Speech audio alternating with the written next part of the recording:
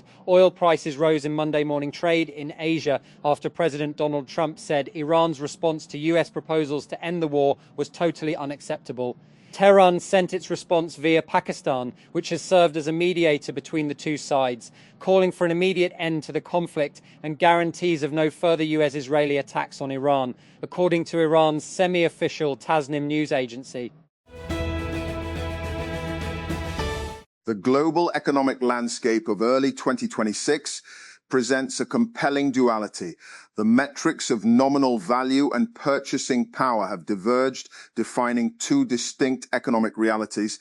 As of the first quarter of 2026, the United States remains the world's largest economy in nominal terms, underpinned by a resilient domestic market and the residual effects of inflation. And Islamabad. Foreign economic assistance FE inflows to Pakistan surged by almost to 6,594 BN in the first 3 quarters, July-March, of the current fiscal year, and mainly on the back of program support from the International Monetary Fund, IMF. Total inflows, excluding IMF disbursements, comprising both loans and grants, amounted to $6 and 594 BN during the first 9 months of the current fiscal year, up from 5,007 BN in the same period last year, reflecting an increase of 19.7 PC. Inflows in March alone stood at 731.3 meters and compared to 692 meters in February and 555 in the corresponding month last year, marking a 32 PC increase. Quetta, the Balochistan National Party, BNP, has strongly criticized recent statements made by what it described as political wanderers, saying they should reflect on their own political history as they continue to change locations, loyalties, and parties every few months. In a statement, the party defended its chief, Sardar Akhtar Mengal, as a dignified, ideological, and national leader who had spent his entire political life struggling for the rights, identity, and dignity of the Baloch nation. These days and nights she stays at home in Tehran, waiting for the sound of aircraft, bombs, for news or no news of friends in detention. Shirin, not her real name, is constantly anxious. She is showing signs of post-traumatic stress disorder. Her left hand is no longer fully functional. Whenever I hear a disturbing sound, my body reacts involuntarily. The psychological pressure that entered my mind has numbed this part of my left hand. It doesn't work. I still have anxiety that the war might start again, and that is a terrifying thing. The fall may not have been deep, but the landing has been hard. A second trophyless season for Real Madrid, the most successful La Liga and Champions League club, was confirmed in the worst way possible. A defeat at Barcelona, who, with their win, defended the Spanish title. In the months before the United States launched a January raid to capture former Venezuelan President Nicolás Maduro, Venezuela and the US participated in Qatar-mediated talks on what the country might look like if Maduro stepped down. Yet the vision for a post-Maduro Venezuela discussed in the talks never touched on a role for prominent opposition leader and Nobel Peace Prize laureate Maria Corina Machado, according to a Qatari source who spoke with CNN. And the same tiny tungsten cubes that spray out of Israeli bombs, causing devastating internal injuries to people in Gaza, are being found in wounded civilians in Lebanon, war surgeon Dr. Tahir Mohammed says. He draws parallels between what Israel is doing in both places and describes the weapons as indiscriminate. Donald Trump is set to arrive in Beijing on Wednesday evening to discuss the Iran war and other issues with his Chinese counterpart President Xi Jinping. White House Principal Deputy Press Secretary Anna Kelly said an opening ceremony and meeting will be on Thursday morning and the trip will conclude on Friday. The US plans to host the Chinese leader during a reciprocal visit later this year. and Barcelona clinched their 29th La Liga title with a 2-0 Clásico victory over bitter rivals Real Madrid to open an unassailable 14-point lead, the top of the table. With 3 games remaining, Marcus Rashford and Ferran Torres struck in the first half on Sunday to help Hansi Flick's side clinch La Liga in consecutive years, while consigning Madrid to a trophyless season. How will work setups change if we spend more and more time talking to our computers? A recent feature in the Wall Street Journal looks at the rising popularity of dictation apps like Whisper, especially now that they can be connected to vibe coding tools, and what that might mean for office etiquette. One VC said that visiting startup offices now feels like stepping into a high-end call centre. And Gusto co-founder Edward Kim is apparently telling his team that in the future, offices will sound more like a sales floor. As someone still scarred from the time his desk was briefly relocated to a sales floor, let me say, oh no! A passenger of a cruise ship that was struck by an outbreak of hantavirus has shown symptoms of the disease while being repatriated to France. The country's prime minister has said Sébastien Lecornu said the French national developed symptoms while on a chartered flight from Tenerife to Paris, and so all 5 evacuated from the MV Hondius had been immediately placed in strict isolation until further notice. And Mohammed Assassa had only just returned home after burying his 80-year-old father Hussein when several children ran into the house shouting, "The settlers are digging up the grave." In the small village of Assassa near Jenin in the West Bank, from which the family patriarch took his name, Hussein had been a highly regarded figure before his death last Friday from natural causes. And prominent Jewish American leader and Israel defender Abraham A. Foxman has died at age 86. The Anti-Defamation League, the advocacy group he led for 28 years, confirmed his death on Sunday, calling him an outspoken, passionate and tireless advocate for the Jewish people and Israel.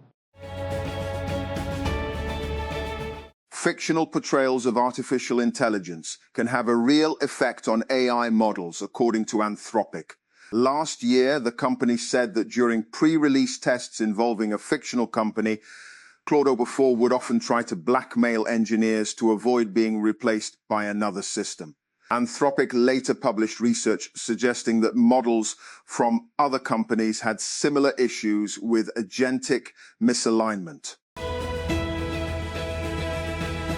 Arsenal cleared arguably the most dangerous remaining obstacle in their path to the Premier League title by the skin of their teeth as Leandro Trossard's late goal secured a dramatic 1-0 win at West Ham United to restore their 5-point lead on Sunday. The visitors were living dangerously at the London Stadium, but Trossard guided home a low shot from Martin Odegaard's pass in the 83rd minute to spark delirium amongst the Arsenal fans and despair in the home ranks. Since around 8 a.m. this morning, the little boat ferrying passengers from the MV Hondius to shore has been shuttling back and forth. The 100 or so journalists parked not far from the port of Granadilla have watched a steady and carefully coordinated ballet as the boat transports 5 passengers at a time to the port that has finally agreed to take them in. This followed 5 weeks at sea and nearly 10 days of uncertainty and fear since the Andes strain of the hantavirus was identified on board the ship. The Lebanese Health Ministry says Israeli attacks in the past 24 hours have killed 51 people, including 2 medical workers. The Israeli enemy continues to violate international laws and humanitarian norms, adding more crimes against paramedics as it directly targeted 2 points of the health authority in Kalawia and Tibnin Bint Jbeil district in 2 raids, the ministry said.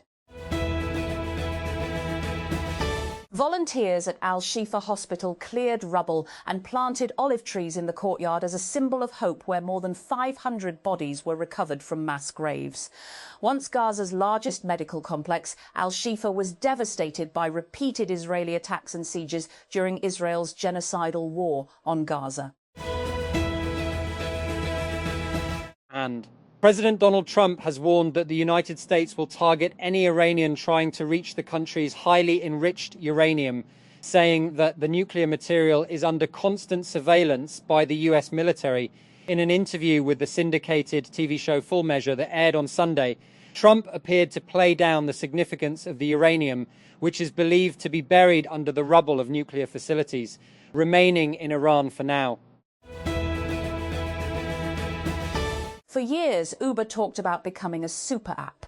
Then Waymo started picking up passengers in San Francisco, and the conversation grew more urgent. The company has been trying to embed itself inside the AV industry as a data provider, an investor and a distribution platform, but the consumer-facing bet may be just as important. 2 weeks ago, Uber held its annual Go Get product event in New York and announced something its executives had been circling for a long time. Users in the US can now book hotels inside the Uber app through a partnership with Expedia Group, with access to more than 700,000 properties worldwide. Uber One members, the company's subscription tier at $9.99 a month, get 20% off a rotating list of 10,000 hotels and 10% back-in credits. Vacations rentals through Vrbo will follow later this year, along with restaurant reservations via OpenTable. In the meantime, a Shop for Me feature lets users order from stores that aren't even on the platform. Indian film star C. Joseph J. was sworn in as Chief Minister of Tamil Nadu State on Sunday after his new party brokered a coalition in the southern industrial hub.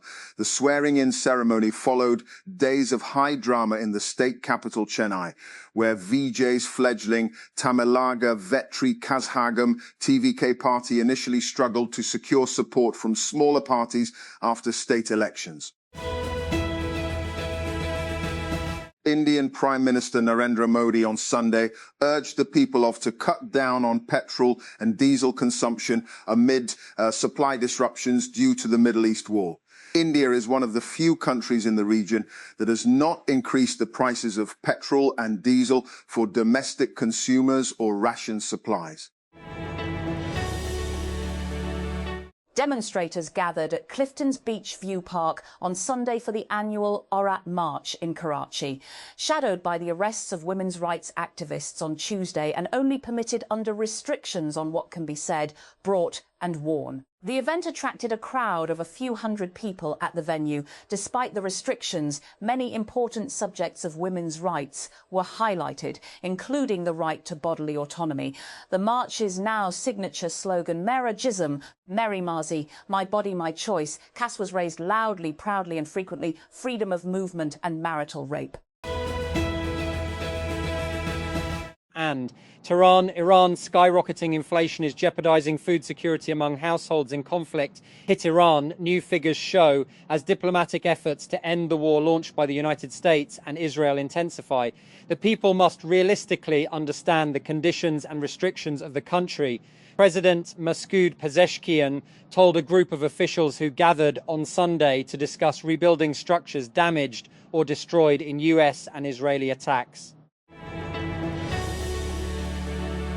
Mehdi Hassan Miraz claimed 5 wickets to give Bangladesh a slender lead after Pakistan debutant Azanaways hit 103 on a rain-hit third day of the first test on Sunday. Pakistan made 306 all out in response to Bangladesh's first innings, total of 413 in Dhaka. And Al Jazeera's Al-Migdad El-Rahid reports from Tehran that Iran has sent its response to a US proposal to end the war via mediator Pakistan, according to state news agency IRNA. Tehran has been saying negotiations should focus on ending hostilities, securing guarantees against future attacks, and reopening the Strait of Hormuz. Vladimir Putin has signalled that his country's war with Ukraine may be coming to an end, as the Russian president again blamed the West for prolonging the fighting through military support to Kyiv. Speaking after Victory Day events in Moscow, Putin said on Sunday that he was ready to hold direct talks with his Ukrainian counterpart, Volodymyr Zelensky, in Moscow or a neutral country. At least 3 people have been killed in Russian attacks on Ukraine in the past 24 hours, despite a 3-day ceasefire announced by US President Donald Trump that came into effect on May 9. Regional authorities on Sunday reported 1 death each in Ukraine's Zaporizhia, Dnipropetrovsk, and Kherson regions. Anthropic and xAI announced a big partnership this week, with Anthropic buying all the compute capacity at xAI's Colossus One data center in Tennessee. On the latest episode of TechCrunch's Equity Podcast, Kirsten Korosek, Sean O'Kane, and I discussed what the deal might mean for xAI's parent company SpaceX, as SpaceX prepares to go public and apparently plans to dissolve xAI as a separate organization.